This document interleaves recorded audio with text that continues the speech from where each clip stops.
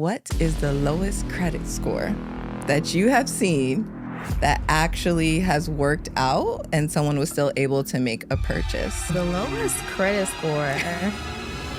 Ooh, this is good. The lowest credit score that I've seen is a 513 that was able to get approved. And that was 513. That was by the hem of Jesus' garment.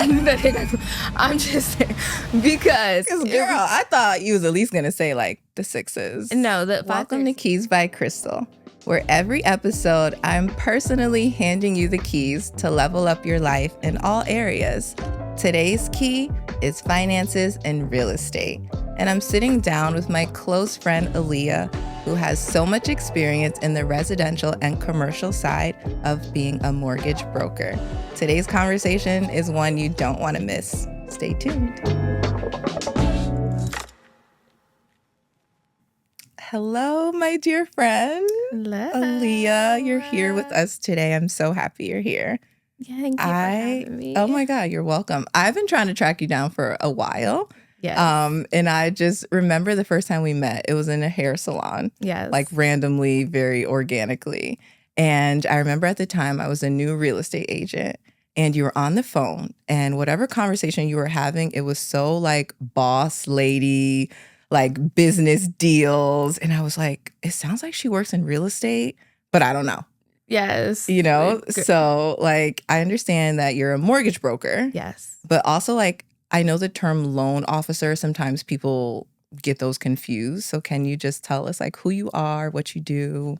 Absolutely. Absolutely. Yes. So thank you for having me. I'm so excited to be here. Yeah. And just to collaborate with you. Absolutely. So I am Aaliyah. I am a mortgage loan officer and a mortgage broker. And it's a great question that you actually asked that, because a lot of people don't know the difference. Mm-hmm. But it's similar. So a mortgage loan officer is one who originates loans for a real estate transaction, right? Whether it's residential or commercial. A mortgage broker does the same thing. However, they outsource to different lenders. Mm-hmm. So compared to like a loan officer, most times they're with like a retail lender where it's only just one lender, only one bank product, right? Okay. As a mortgage brokers, we have a range of different products and lenders that we're able to outsource our loans to. So that's just the difference. It's still we still do the same thing. We just work a different way, pretty much. Yeah. Nice. And so how long have you been in like the real estate industry? So this month actually makes it 6 years. Yes. I actually came in right when it was hot in COVID time, when the interest rates was extremely low. Perfect time to come in, but yeah, it was great. So 6 years. That's amazing. So you're like a wealth of knowledge, and I'm so happy you're here today. So since you mentioned COVID times, so a lot of people are like, you know, it's not like it was a couple years ago. The interest rates were low. People seem to be waiting for that to circle back around. You know, people are like, oh, the market's going to crash. It's not going to stay this way. You should wait. You shouldn't buy right now. What are your thoughts? Like, is the market going to crash? So there's so many discussions around this, because when 2020, when the pandemic happened, even in 2021, the rates were still really low. Yeah. It was really a absolute amazing time to buy, right? Interest rates were like around in the twos. Woo. You know, the house price, there was so many bids for houses. There was lines down, you know, the street for open houses, and it created just so much noise where it allowed people to buy that necessarily wasn't able to buy before. So there was just a lot of hype created around that. However, that wasn't necessarily the typical norm, right? There was definitely a dip in the market. So a lot of people are hoping for that to come back, and they're expecting the same thing and say, maybe I should just wait until it happens again. Right. I honestly feel when people ask this question is to buy when you're ready, despite the interest rates, despite anything else. Like, you buy when you're comfortable and you're ready to buy, because when it comes to interest rates, you can always buy down your rate. You can always refinance. Right. So that's one thing. So just because a rate may be like in the sixes right now, doesn't necessarily mean that you have to go under, you know, you don't have to close on a loan in the sixes, you can actually buy down your interest rate so it's lower, or you can wait until the market actually does crash or it does come down a little bit and you can refinance at that time. So I always say buy when you're ready to buy. Like buy if you're able to buy and you're comfortable and you're ready for that next step, buy. I don't think that other circumstances should matter. However, it does. It definitely helps. But buy when you're ready. Buy when you're ready. Yeah, that's really smart, because I think a lot of people, they stay focused on the past and, you know, like that hope of it will be this way again. Like the market just doesn't work like that. Like it's up, it's down, it's round and round. You know what I mean? So I think you make a really good point, like when you're ready. So you see people's finances, you know, like all sorts of situations. What makes a person ready to make a purchase? Oh, this is a good one. So what makes someone ready is, I would say, really just having a clear financial picture and having finances in order. And when I say that, because a lot of times people think like, okay, you need like so much money saved, or you just need the perfect credit. And it's not necessarily that you need a perfect credit score or you need X amount of money saved, right? Of course, those are factors that would help contribute. However, I always say that I help you to, you know, get the loan, but I'm not going to be paying your mortgage payment, right? I'm not going to be the one that's making your payments. And so it's always best to ensure that you're able to comfortably cover the mortgage. You're able to comfortably cover other expenses that come with the mortgage, right? So, or come with buying a house. So, you know, things that are not in the mortgage, like your utilities, like upkeeping, you know, landscaping, things like that. If something was to happen, those are really good things to kind of take taxes. Taxes. Yes, those are good things to take into consideration, because a lot of people just think about the mortgage payment, but there's so many other things, and you don't want to become house poor, right? And you get into a house, and now you can't afford anything else. Your lifestyle completely changes. And so, that's what those I would weekly say. Lattes. They're going to have to come to trips to the Caribbean.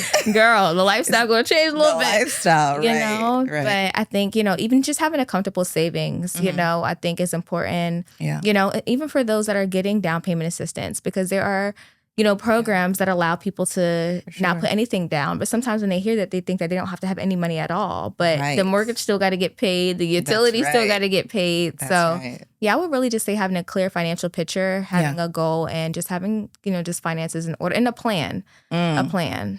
That's so good. Yes. That's so good. Now, you mentioned credit. Yes. Credit is huge. Huge. I mean, ever since I was like 18, I got a credit card, you know, like a little Macy's card. I maxed it out really, really fast. You know, I thought I was that girl. You know, I got a credit card now. But credit is, you know, like one of the major things that is going to be looked at when you're trying to make a purchase. What is the lowest credit score that you have seen that actually has worked out and someone was still able to make a purchase? Yes. So the lowest credit score. Ooh, this is good. The lowest credit score that I've seen is a 513 that was able to get approved. And that was 513. That was by the hem of Jesus' garment. I'm just saying, because girl, I thought you was at least gonna say like the sixes. No, the 513. Yeah, and it was it was a manual underwrite, which means that it's not necessarily going to go through an automatic underwriting system. An underwriter is clearly like analyzing like to meet to the T. Yes, to meet guidelines, and it worked. So. But yeah, it was a 513. Okay. Yeah. Now, I don't recommend. Right. I was going to say, I don't recommend so what's the goal? You know, if somebody is really serious about making a purchase, what's like the average number that they should be aiming for when it comes to their credit score? Absolutely. So I would say the average, if we can do a 660, that's great. But I would say like a 620 to a 660, like anything up. Honestly, anything up from like a 600. But for more decent, advantageous rates, I would recommend like a 660 and up. However, like I mentioned, there are exceptions. The lowest that we're actually able to go for FHA is a 500. And the lowest that we're able, so now actually for the Fannie Mae, which is the conventional loan, Freddie Mae and Freddie Mac, there actually allows really to not necessarily be a score factor. It's really, hold on, wait now. Are you saying that you don't even need to consider somebody's credit score with the Fannie Mae? So, what are we talking about? So it actually just rolled out not too long ago, but it's really looking at the credit health of a profile, right? Because there can be things on someone's credit from years ago that may have just been there, right? But they can have great habits going forward. They can be making on-time payments. They can have, just like a better, like a credit health. That's the biggest thing, right? A lot of people are so concerned on their credit score, but it's really the health of the credit, the health of the profile. If you are, making on-time payments, if you are not utilizing that much of your utilization on your credit cards, right? So those are things that we really take into an account. So I would say that is amazing. Yeah, because I just feel like, somebody could have done something not so great with their credit years ago, but it's like it's still showing up and it's like they're being penalized for it. Right. But yet, if you have good habits now and you're trying to improve on that, it's like, okay, that's kind of the focus now instead of the mistake that happened in the past. So that's like good news for a lot of people. Yes. It's amazing. That. It's amazing. Game changer for sure. Yeah, I love that. Okay, so we're local. We are in the state of New Jersey. Yes. Shout out to Jersey. So are there any areas in Jersey that you feel like are being slept on in terms of investing? Are there any pockets that you feel like may be overlooked, where some investors are really focusing on because it's like a sweet spot? Yeah. So we're speaking directly to investors. Yeah. Okay. Okay. Yeah. So for investors, a lot of urban areas have been really like as in flips, for like fix and flips. I'm actually working on 2 right now. Okay, tell us more. Yeah, and so they are in an urban area, and the thing is too is you can always get the worst house on the best block, and you can flip it, right? You can renovate it, you can flip it. But yeah, so typically I would say like some urban areas, and then also too. It really depends. Yeah. It honestly, there's so many factors, right? Yeah, because it depends on what type of deal it is. It depends if it is, if their investor is, if they're trying to keep the property, like if they're just going to be renting it out, if they're going to flip it, if they're going to, use it for a business. Like there's so many different factors to take into consideration. Yeah. But I would definitely say a lot of urban areas are great to be able to flip. Like there's some properties that are maybe even abandoned or that have just been sitting there that like can make a good profit if you flip it, East Orange, Irvington, these areas, Elizabeth, like there's some great potential, some amazing potential, and there is the market for those that are in need of properties, right? Whether they're renting them out or, and then I would say for those that may not necessarily be investing, but still want to get a sweet spot. For sure. I would say look at rural areas. So there's actually a loan called a USDA that actually allows a 0% down payment if you were to purchase in these rural areas. And so there's many all over. Like there's Middlesex. There's like a lot in Burlington County. There's a lot in what county is that? Mercer County. There's a lot there. There's like spots where that's in Middlesex County. So there's a lot of areas. Okay. And so what happens is the USDA in these rural areas, a rural area is considered if there's like 20,000 people or fewer. Like farmland. But so the thing is, a lot of people because that's what I think of when I think of a rural area, like right. So that's the thing. It's really like, so there are farm areas, don't get me wrong, but there's actually like, some of them are very built up. It just doesn't necessarily have that much population. And so typically at first when I was looking into it, I'm like, wow, like this is, I don't know if my clients will want to move to these places, but then when I actually went to some of the spaces, it's built up. Yeah, it's built up and they're nice. You don't have to drive 45 minutes to go to the grocery store, like, and they allow you to get a 0% down payment, loan so that you can come into the area and add into the population. So like that is huge because the way things are right now, like life is expensive. Yes. So if people can get a 0%, like, Yes. like down, like Yes. It's amazing. that's wild. Yeah. That's wild. It's amazing. People need to look into that. Absolutely. Yeah. Don't sleep on the USDA. Okay, Don't sleep on it. USDA. Yes, don't sleep on it. That's providing a lot of opportunities for people. Absolutely. I love that. Absolutely. I love that. Okay, Yes. so speaking of investing, like, let's just stay right there, because I feel like so many people want to be investors, which is smart. You know what I mean? Because like we need multiple streams of income. Things are expensive. Right. And it's good to like build out your portfolio. Right. So in terms of investing, what are some mistakes that you maybe see first-time investors making, or even somebody that's experienced, like on the financial side? Are there any mistakes or things like red flags that you're like, oh God, they're going to mess this up? Yes. Not having the right strategy. You know, I think a lot of times when people look at investments, they're looking at the end result of the return. Yes. Right. But not so focused on the strategy to be able to get to the return. Yeah. And so sometimes it can cause delays, which cost money. Right. And so for an example, I have a client that is building a subdivision. Yeah. And there was just there was a plan, there was the idea, right, of, you know, there was a layout, they got the land, they were building up everything, but there was just delays, whether it was with, you know, whether it's construction or certain things, but really just not having the right strategy can cost you money, especially as an investor for like fix and flips. If you estimate that it's going to take, you know, even if a contractor tells you it's going to take 3 or 4 months, you know, I would recommend to ensure that you're getting a loan for a little bit longer than that to ensure for any hiccups. I know when it was COVID time, there was a lack of like material, right? So it was hard for people to get. Things were on back order. Back order. Like for years. Girl. Waiting a while. Absolutely. And then the cost of the materials like went up so much. Yeah.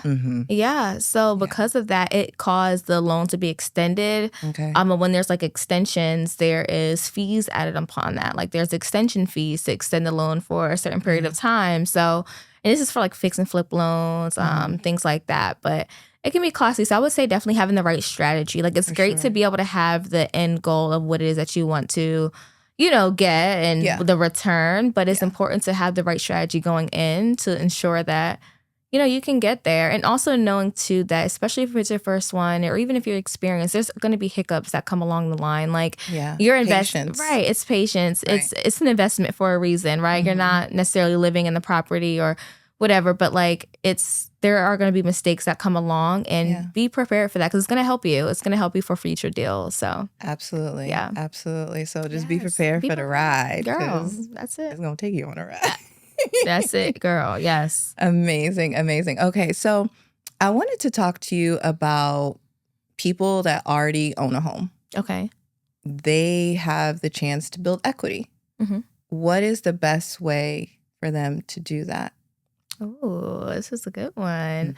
So the best way for them to build equity, should they like fix up their home? Yeah. If they want to make more equity or? Yeah. So definitely like renovations, like updating, because a lot of times, you know, when it comes to the valuations of the property, they're not just looking at the area, right? Because they consider the area, they consider the comparables and you know, the town or that's similar, that's close by in a close distance, with the amount of whether it's the same square footage or the same amount of bedrooms or the same layout, that is all into effect. And then the interior, so any renovations that's being done, even things for the exterior, like if you're adding anything in the back, like if you're doing like a pool, if you're adding, you know, just any cosmetic upgrades or anything that you're doing to pretty much enhance the property will definitely lead to building some equity. But it is a waiting game. It's a waiting game for sure. Right. It's a waiting game. It is. Yeah. It is. It is. So, okay. So let's flip that to people that are going into their first-time home buyer. Okay.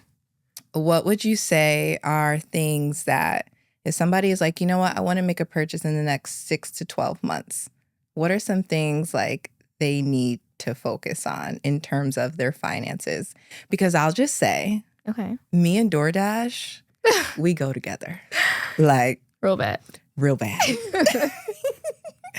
So I know for me, like, there's things I need to work on, but like in terms of the financing side, like people's spending habits, what would you tell them? Like, okay, if you're going to be serious, this is what you need to focus on. Yes. So I always like to go back to the plan. The plan. I'm such a planner, even for those that are, like you said, like in the next 6 to 12 months. I always recommend speaking to a lender first, right? Because slow it down right there. Yes. Slow it down. And sorry to interrupt you. Yeah. But I do feel like people always want to reach out to the realtor first. Yeah.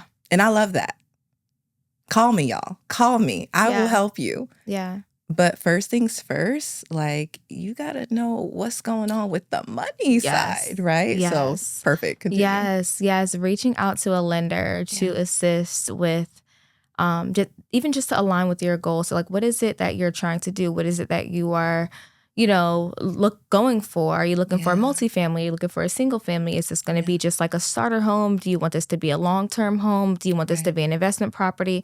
Like there's so many things that come into consideration. And a lot of times people don't talk to the lender until they're already at the point where they've already developed their own plan. And now they're ready to put into effect and they want the lender to assist with just whatever make some magic happen. Yes. But it's so important to speak to a lender early. I know for my clients, I create like a financial plan for them. And so especially when it comes to like lowering down, if there's any debt that needs to be lowered down or, if there's any credit, if their credit needs to go up, I create a credit plan because we have a credit stimulator. But definitely speaking with a lender, getting the finances in order, they'll be able to assist you to look at your profile now. Like, okay, if there's any debt that needs to be lowered, where is your current savings at? Do you need, more savings? Are you good?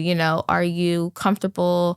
What monthly payment are you comfortable with? And I think that's a great question because a lot of people see the homes and they get so drawn into the homes. They fall in love with those homes. Girl. 4 bedrooms, 4 bathrooms, marble countertops. Yes. But we haven't even decided what's your payment going to look like? Where are you comfortable? What's your payment? Yeah. That's such a good first question. Yeah. Because a lot of people then they see what it is that they want. And then they try to fit everything else around that. Yes. And then try to, okay, well, later, this payment is high, this is that. It's like the payment is, you can always add things to your house later. You can always do renovations if you want to do that. Right.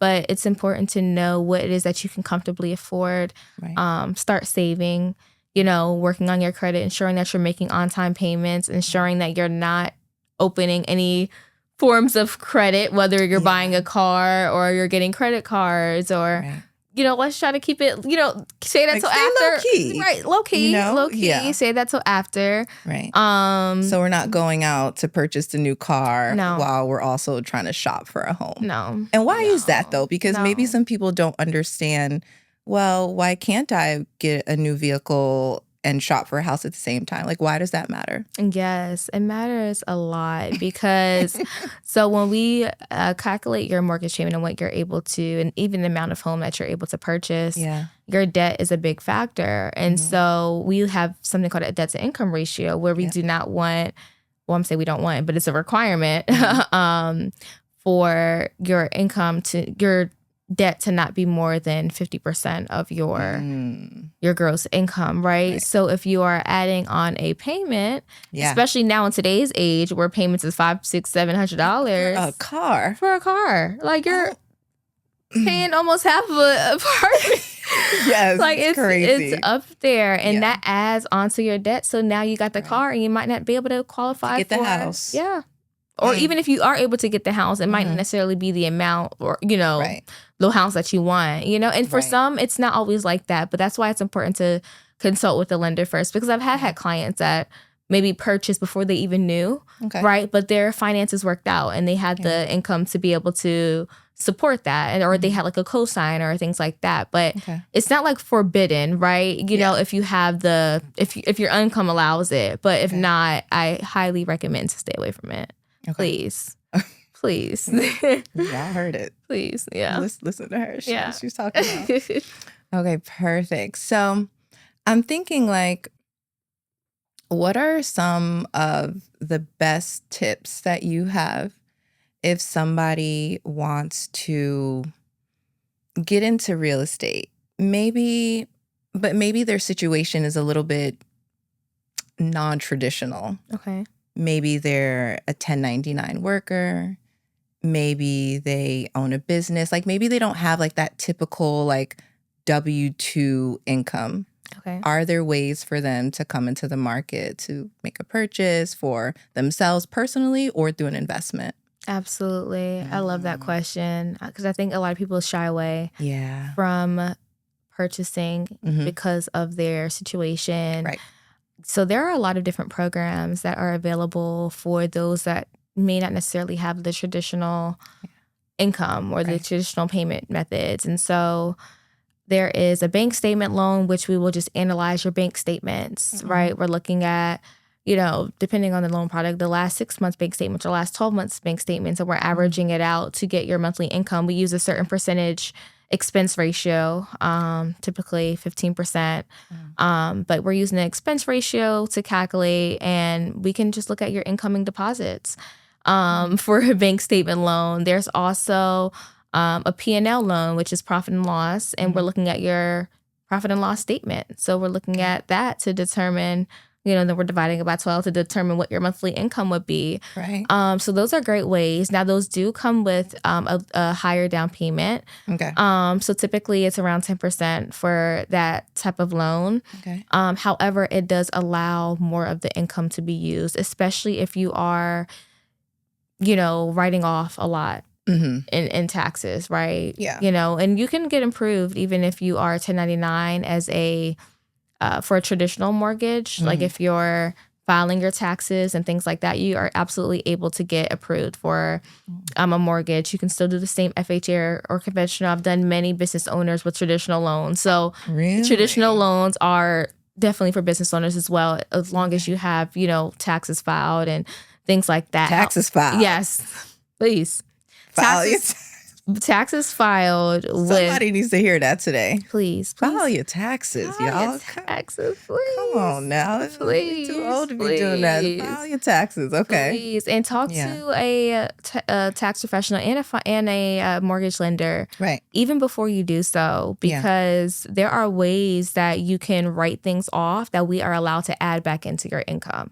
So there are certain little things so for like depreciation, depletion, one-time expenses, meals, miles, like we're able to add those things back into your income, which is great. However, if you're writing things off that are not in those categories, we're not able to add that income back in, right? So please talk to a mortgage professional and a tax professional before you do so, so we can advise you, okay, you can do it, but you can write things off, but do it in these categories. So that's so good. Yeah. That's so good. Okay, perfect. So I want to spice things up a little bit. Okay. I want to ask you some rapid fire questions. Okay. So these, I just want you to, whatever the first thing like that comes to your mind, let's just hear your take on it. Okay? I'm ready. Okay. What's the biggest red flag that you see when you look at someone's finances? Biggest red flag. Large deposits. Like a lot of large deposits with no... I know these are rapid questions. No, it's okay, but we want to hear your answer for sure. Large deposits that are just coming from different, like random places, because we have to source where deposits are coming from. Like we want to know where all finances are coming from. So if you have different large deposits coming in from a whole bunch of different sources, now we need to see statements from where this is coming from. Okay. And then also Affirms, Klarnas. Oh, Afterpay, Zip, splitting my payments into 4. Please. Wait now, because I thought that can actually like help like build someone's credit, right? Yes. Because now they're making payments. Yes. But on a lending side, a financial side, you're saying not such a good look? So it really depends, right? Because we're looking at how long the payments are going to be made for. There's like little purchases that are, little, but I've seen large purchases that are like $2,000 that the payments are for an extended amount of time. So when I see those Klarna, Affirm, and different payments, we have to get the payment plans, like the statement from that showing you That know, you're paying it. yeah, and also too, how long is it going to be to see if it's to see if it needs to be considered in your debt to income ratio. Got it. Right? Because if it's 10 or more payments, it has to be considered. It has to be considered. Yeah. So all the money that's coming into your accounts, it has to be accounted for.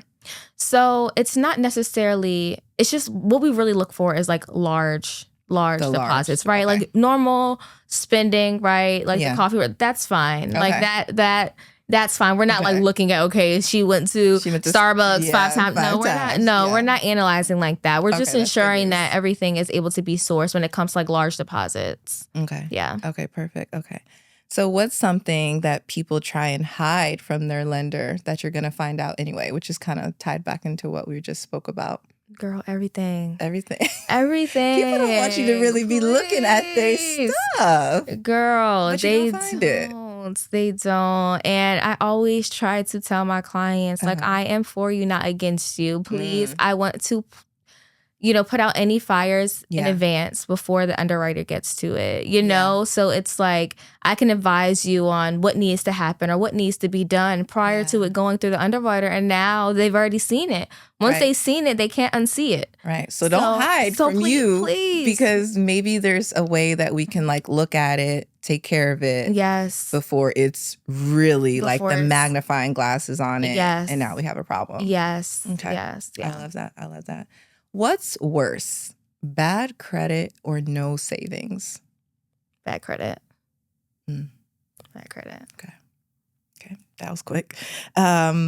What's cheaper to finance? A property that you're going to live in or a property that's strictly for an investment? What's easier to finance? A property that you're going to live in. Okay. I mean, honestly, both. Like, it depends. It depends. It depends. Yeah. What's easier?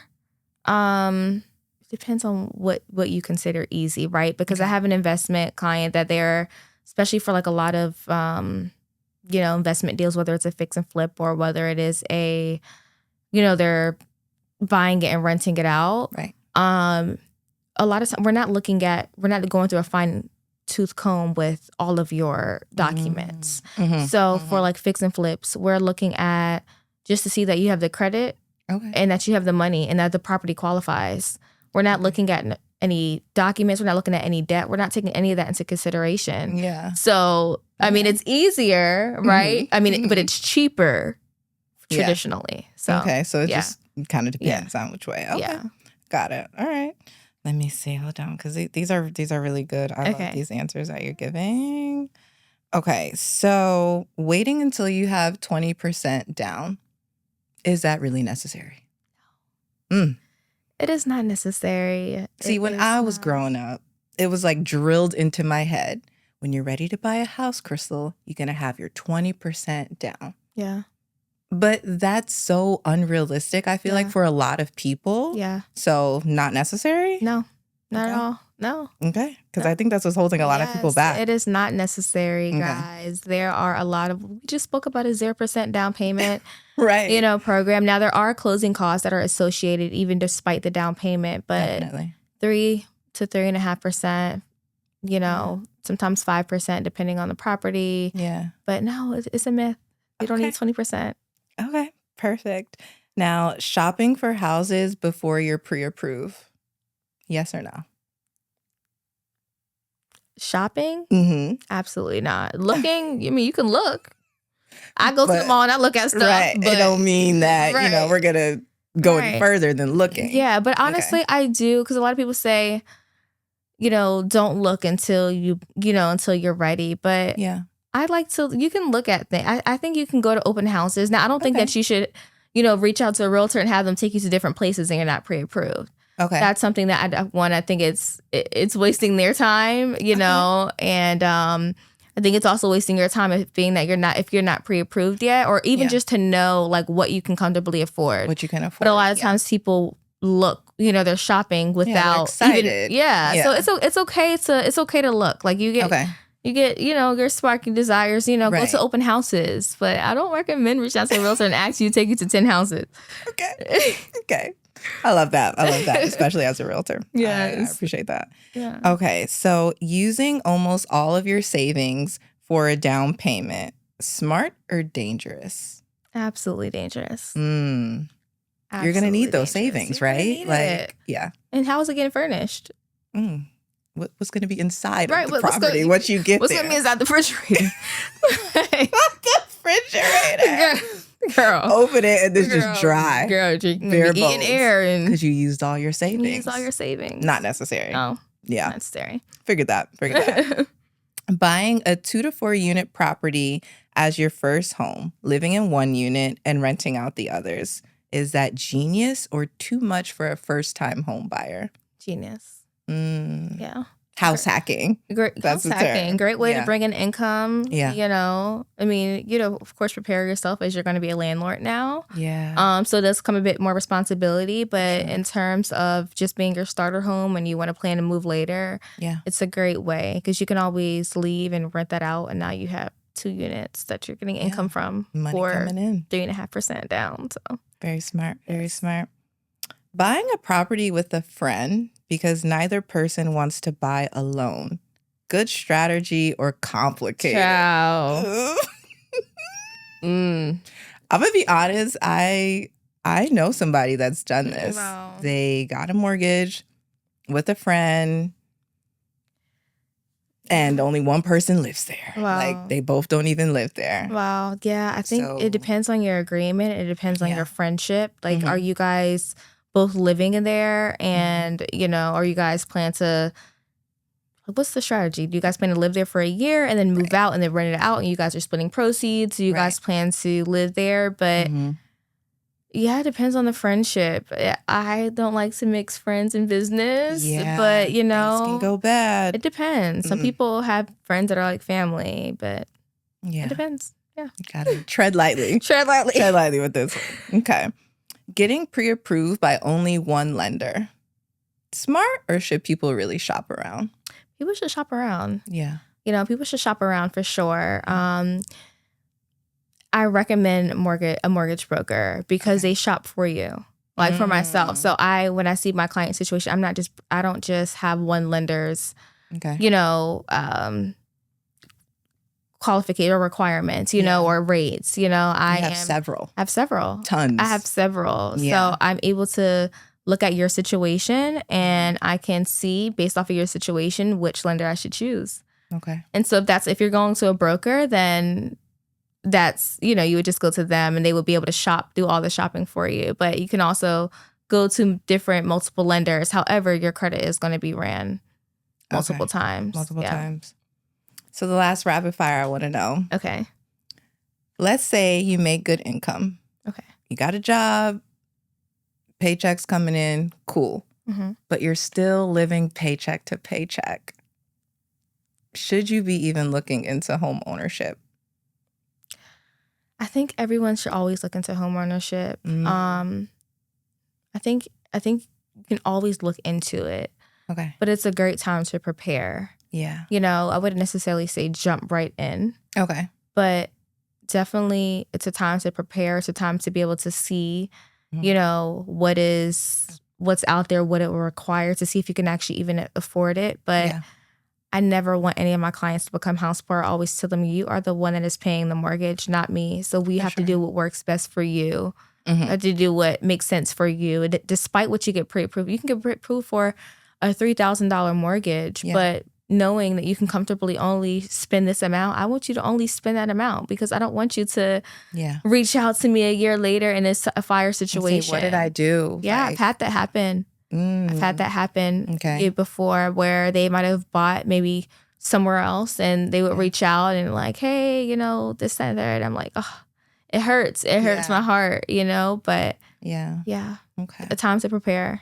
Yes. I feel like strategy, preparation, plan. Yes. These are all words that really come into play when you're talking about like getting into real estate or, trying to build wealth. These are all things that must be in play. Absolutely. Yeah. And that's even to be able to have good stewardship over it. Right? You can obtain something, but if you want to keep it, you want to maintain it, you want to grow, whether it's your first property or several more, it's always good to have a plan and a strategy. Even if it's not, implemented right now, but it's going to be implemented in the next 6 to 12 months or next 3 years. It's still good to know where you're going. Right. Yeah. I love that. Yeah. Oh, that's so Yeah. good. That's so good. So before we go, like, tell us, what are you currently working on right now? I know you mentioned like some house flips, like what's going on in your world, and how can people like get in touch with you if they want to work with you, pick your brain?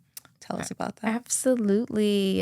Thank you. Yeah. So I am working on, well, I help everyone, right? But Yeah. I really specialize in investor clients that are looking to invest, Okay. move up buyers that may have bought a previous home and they're looking to move up to maybe their dream home, or if they're looking to relocate. Yeah. I specialize in that as well. I also, of course, love my first time home buyers. I love being able to come up with financial plans and to, really create, the strategy, Absolutely. but yes, I Absolutely. love my heart. I love investments. I love building wealth. I love even commercial properties. I'm actually working on 2 commercial deals right now. One, someone's buying a daycare, someone else is buying another property. And so Smart. So yes, people are buying. yes, people are buying. Are making things happen. They are. I love They that. are. Oh, I love Absolutely. that. And you can too. And you can too. You can too. That's so, so You good. can too. Wow. Well, thank you, my girl Aaliyah. Thank you for being here. I think today's conversation is really going to help a lot of people. Yes. And we'll do this again soon. Yes. Thank you so much for having me. You're welcome. Thank you. Yay.